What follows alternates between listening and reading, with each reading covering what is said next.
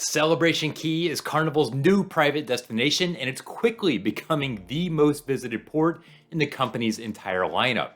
Just 100 miles from the coast of Florida, literally thousands of passengers are visiting each and every day. Hi, I'm Tanner from Cruzely.com, and I recently visited Celebration Key for the first time to explore for myself, and I've got to tell you, there's a lot that I learned that I wish I knew before I went, including some exclusive areas that most passengers don't see that you will definitely want to hear about before you visit. So let's dive in right now.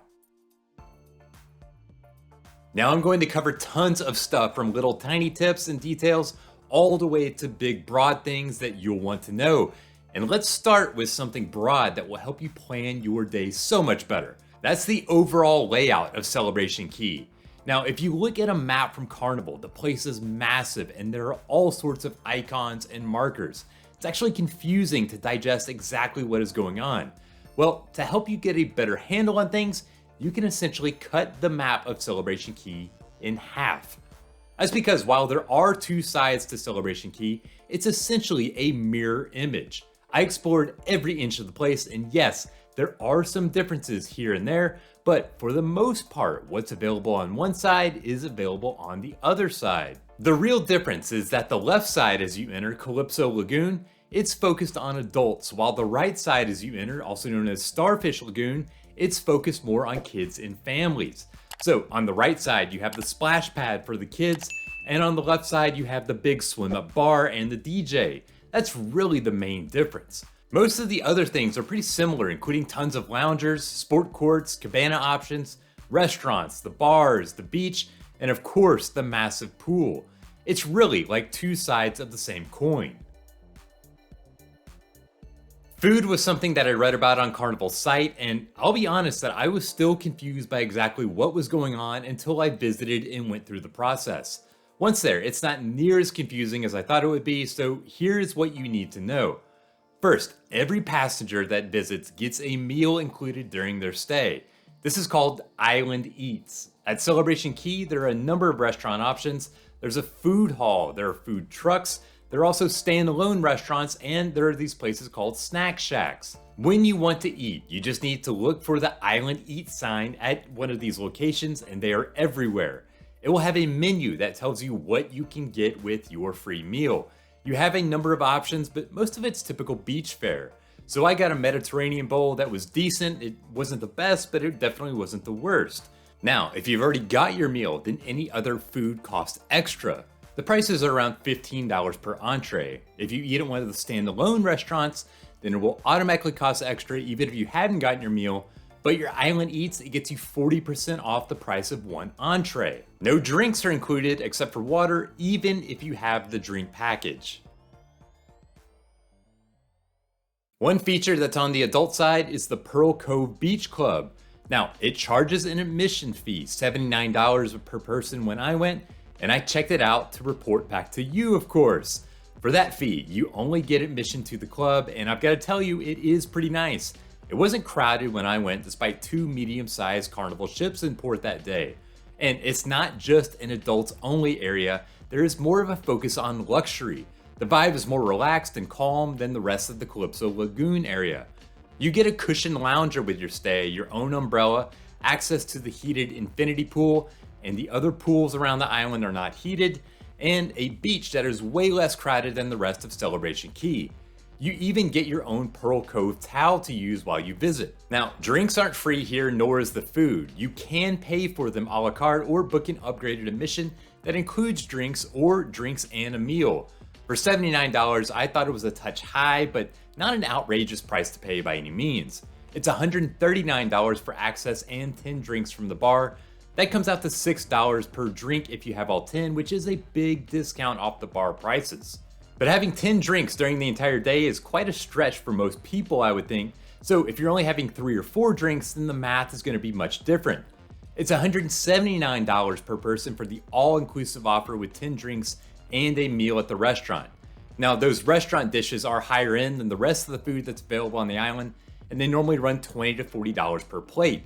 But remember, you do have a meal included with your day already for free that you don't want to forget about. For me, the $79 general admission, it seemed to make the most sense. One thing I think is fairly well covered online is that your drink package on the ship, it doesn't extend the Celebration Key. Now, there are bars everywhere, but if you get something, you will see a charge. Prices are in line with what you see on the cruise ship, although there is local beer served for $7 a can, which is cheaper than the $8 to $9 you see for a beer on the ship. The only beverage free on Celebration Key, that's water. There are water bottle filling stations located near restrooms, and there are also water stations with ice and cups in the food truck areas. There's also a water station in the food hall. Take advantage. I went out early in the morning and I was drenched in sweat before 9 a.m. just walking around. It is so easy to get dehydrated given the humidity. Don't want to walk around in the heat? Then Carnival has you covered.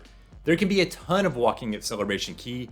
The pier alone is a quarter mile long, and it's about 20 to 30 minutes to circle the entire place. First, yes, there are tram carts that will ferry you down the pier and around Celebration Key. The trams run in 3 segments. First is between the ship and the entrance to Celebration Key at the shore. The other 2, they're in a semicircle around each side of the resort. So if you wanted to go all the way around the place, you'd have to ride a cart around one side, hop off, and then switch to a cart that then goes around the other side. Now, these carts are free and they run pretty regularly. Your drink package doesn't work on Celebration Key, as I mentioned, and frankly, that's a bummer, especially when you consider that other lines extend their drink packages to their islands. Wi-Fi, however, that's a different story. Not everyone wants to be connected on their cruise, but it is nice to be able to check in back home or stream your favorite music while sitting on the beach, of course with your headphones in. If you have service on the ship, it will also extend to Celebration Key. In fact, I was sitting literally beachfront at the Pearl Cove Beach Club, and I ran a speed test and was shocked to see it come in at about 70 megabits per second. That's a speed that's much faster than on the ship, and maybe even faster than what you get at home. I mentioned earlier about my visit to the beach club, but I also spent a lot of the day out and about just getting a feel for everything around Celebration Key. That's where I realized that depending on how you want to relax, you might actually want to be on the family side of the area, even if you are an adult with no kids. No matter which side you're on, you're going to have music playing. You can't really escape it. What I noticed, however, is that the adult side, it can have the music really cranked up. I'm talking about bass rattling and thumping with everything, especially around the swim-up bar.